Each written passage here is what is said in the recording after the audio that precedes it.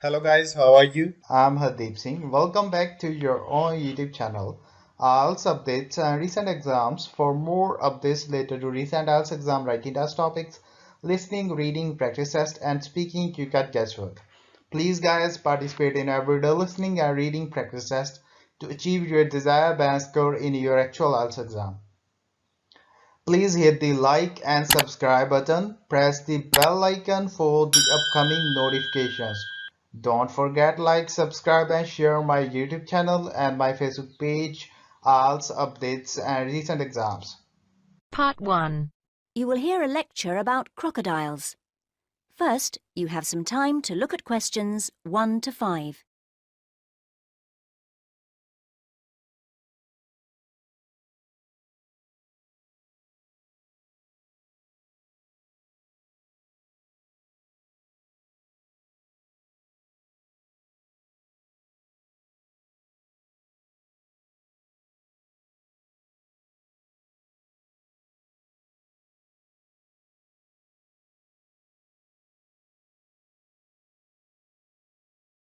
This week, we're going to be looking at some creatures with a ferocious reputation, the crocodile. The largest species of crocodile in the world is the saltwater or estuarine crocodile, which can be found in Southeast Asia and, more especially, in northern Australia. This crocodile is the largest living reptile in the world, bar none. It can weigh up to 900 kilos, and as for length, the average maximum size for males is around 5 meters. However, the largest crocodile ever recorded was 6.2 meters, and this croc was killed by poachers in Papua New Guinea in 1983. It used to be thought that crocodiles would grow indefinitely until they died, hence producing very large, very old crocodiles.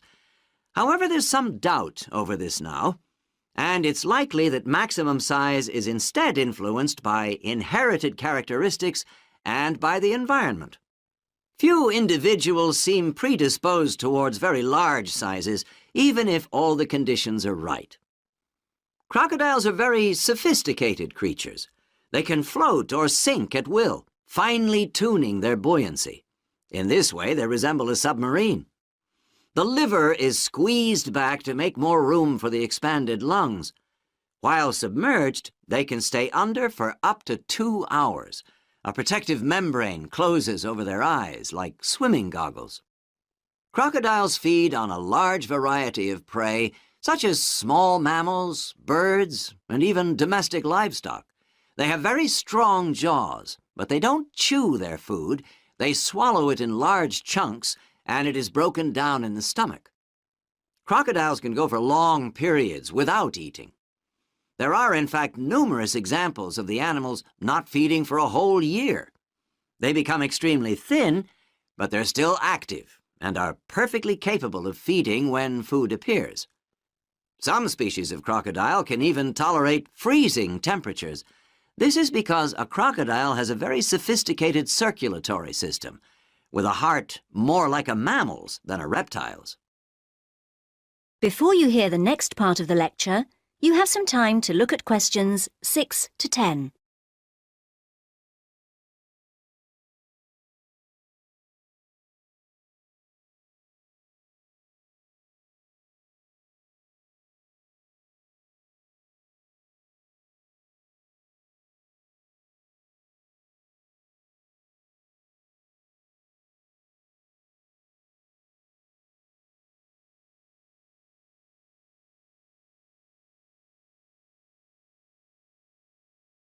Because crocodiles look like logs of wood, people assume, wrongly, that they will behave in the same way.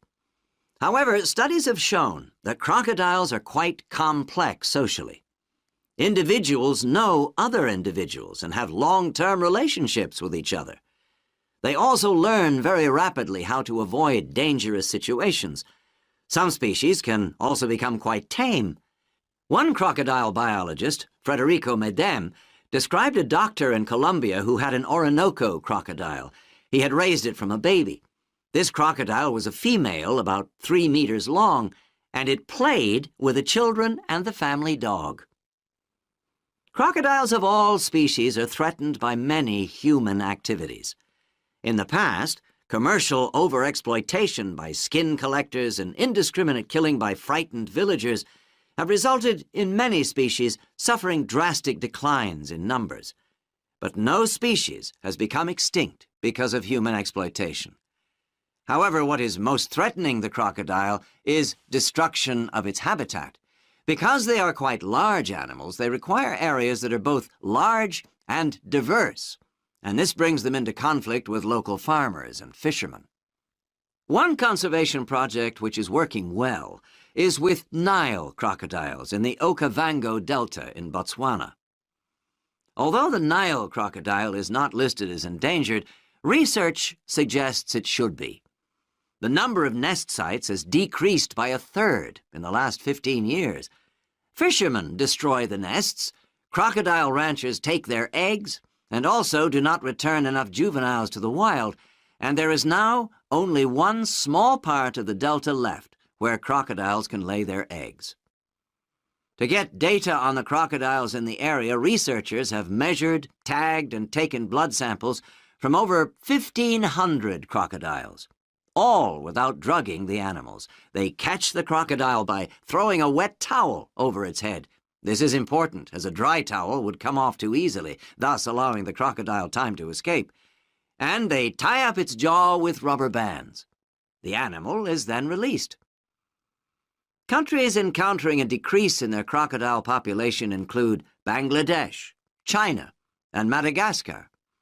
Some other countries, such as Australia, have already taken steps to improve or create new habitats to positive effect. However, this has not always been the case elsewhere. The creation of dams and a new lakeshore has had little effect in Honduras and India because of drought or an increase in water use for agriculture. Zimbabwe, though, has seen an increase in numbers of its crocodiles because of expanded habitat. Too readily we have cast crocodiles as ruthless predators, feared them, misunderstood them, attacked and exploited them. But they are great survivors that go back more than 70 million years. We must do everything we can to make sure that crocodiles live on, looking and behaving much the same as they do today. That is the end of part 1. You now have half a minute to check your answers.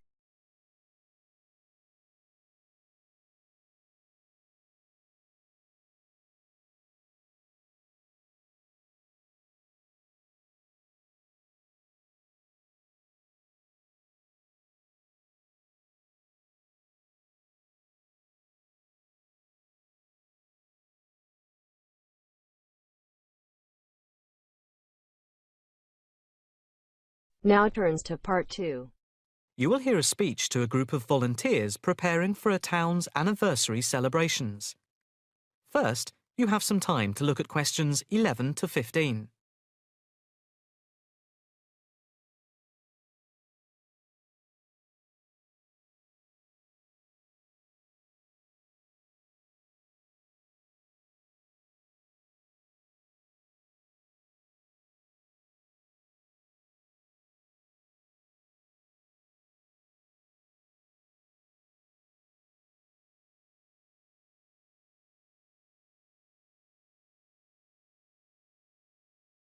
And now for the preparation plans for the town's 250th anniversary celebrations. We are going to follow the same system we had last year, but with a few changes to increase the party spirit. First of all, this time we are going to make the concert on the beach open to everyone without charge. This is because we have been given money by the council for the celebration, and also because last year we had so many problems with keeping people out who had not paid. And on top of this, people will not have to pay for refreshments either, as these are being donated. Right now, we are going to divide into 4 teams. The first one, the beach team, will be responsible for cleaning up the beach on the Saturday morning, picking up litter, bottles, plastic bags, wood, and anything else that's lying around. Everyone is meeting at the beach shop at 8 a.m. It's an early start, but we want to give everywhere a good thorough clean. We have had permission from the council to close the beach to get it ready for the anniversary celebration on Sunday.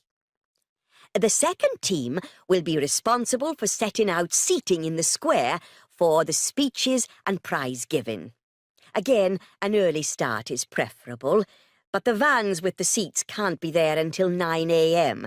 So, shall we say that everyone should meet at the village hall at 9:30? Starting then will allow extra time if the vans are late. Before you hear the rest of the talk, you have some time to look at questions 16 to 20.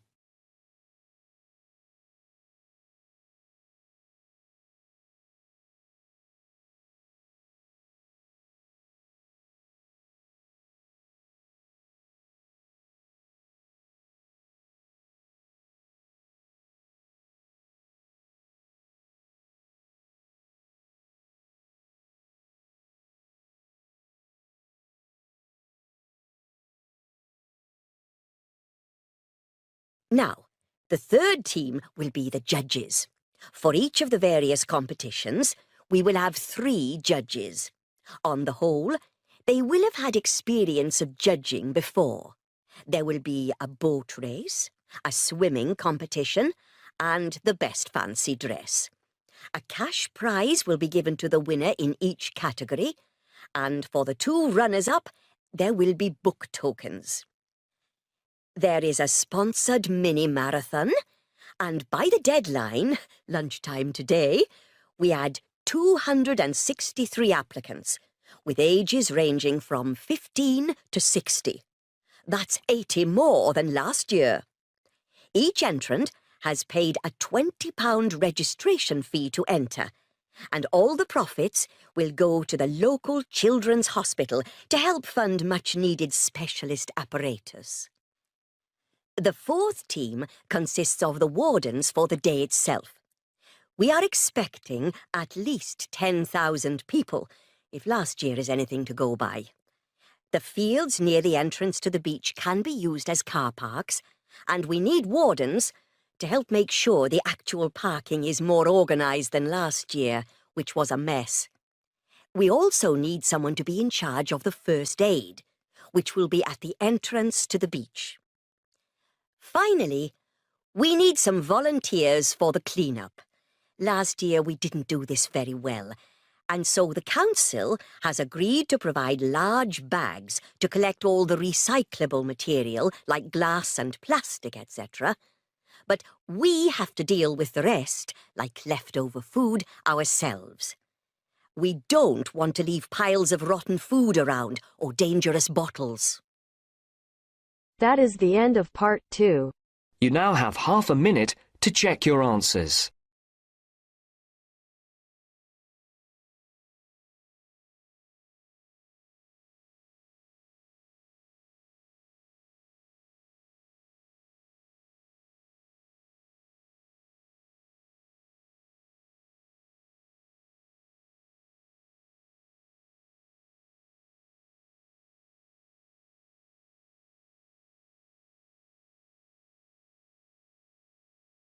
Now turns to part 3.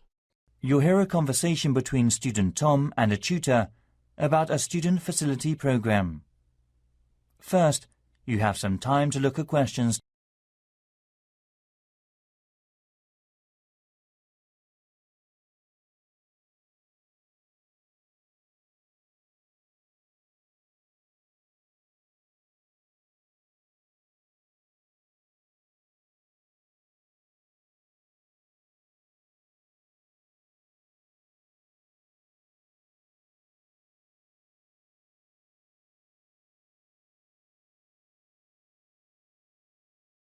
Hello, what can I do for you? I visited here last month because I wanted to talk to someone about taking a marketing course. You're in the right place. I'm one of the tutors, so I should be able to assist you. Oh, thanks. My name is Tom Daniel.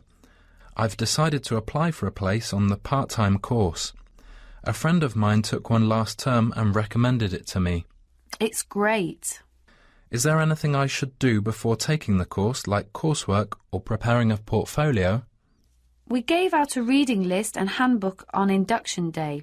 We're helping current students to write a case study and an essay. The word count is over 5,000 words each, but this will be handed out next term. OK, I see. Anyway, could I have a teaching session or trial lesson? Sure, I'll contact the tutor and ask about your request. Thanks.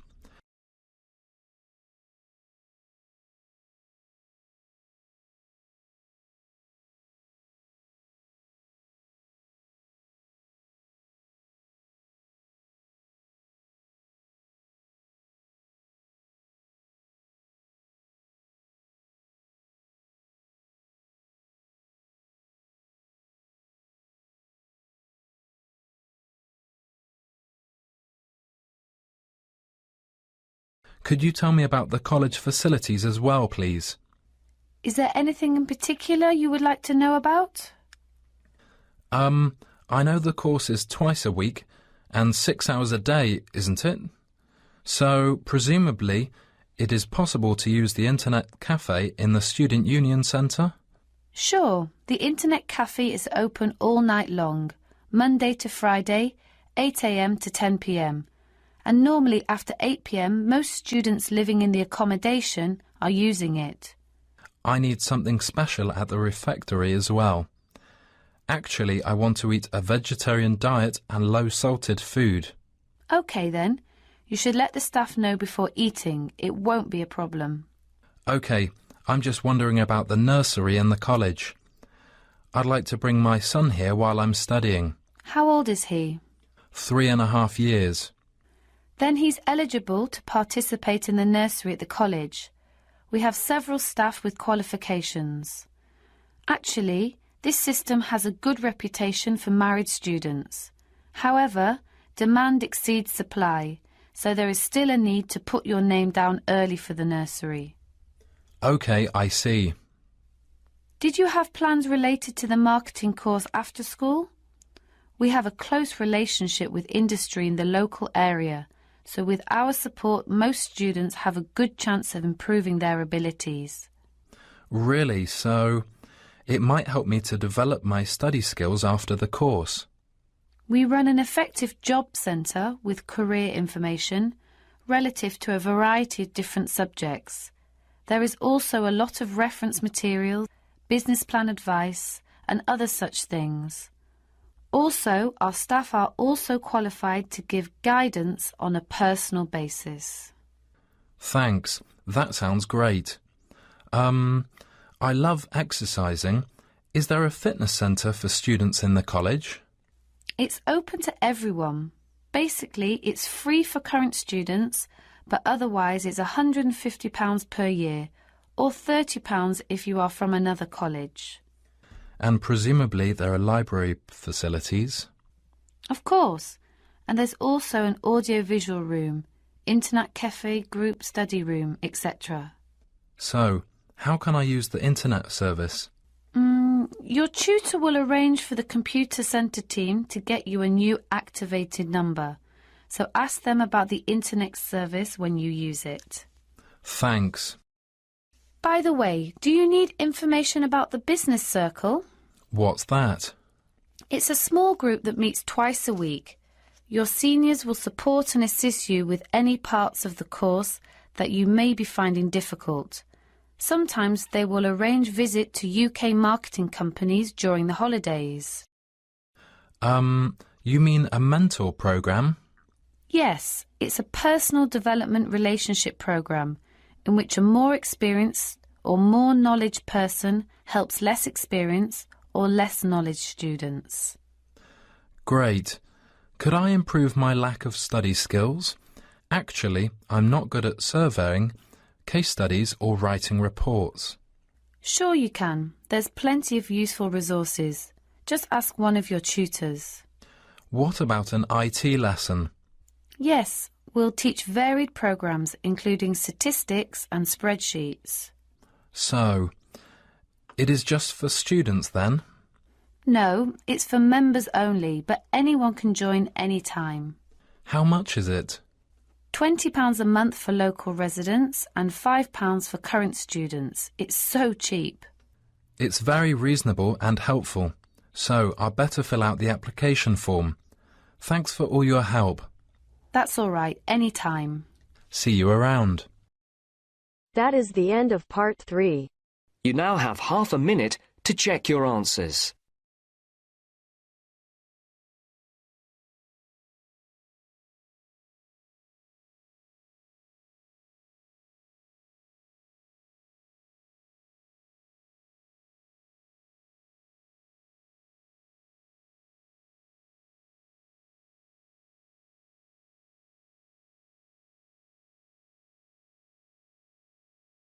Now turns to part 4. You'll hear part of some information given by the Student Union Centre. First, you have some time to look at questions 31 to 40.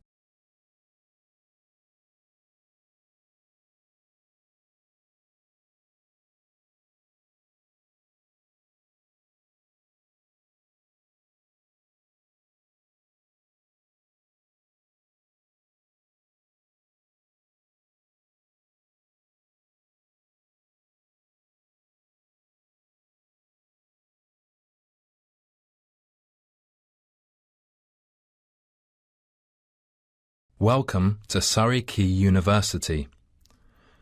Surrey Quay has both physical and geographical advantages.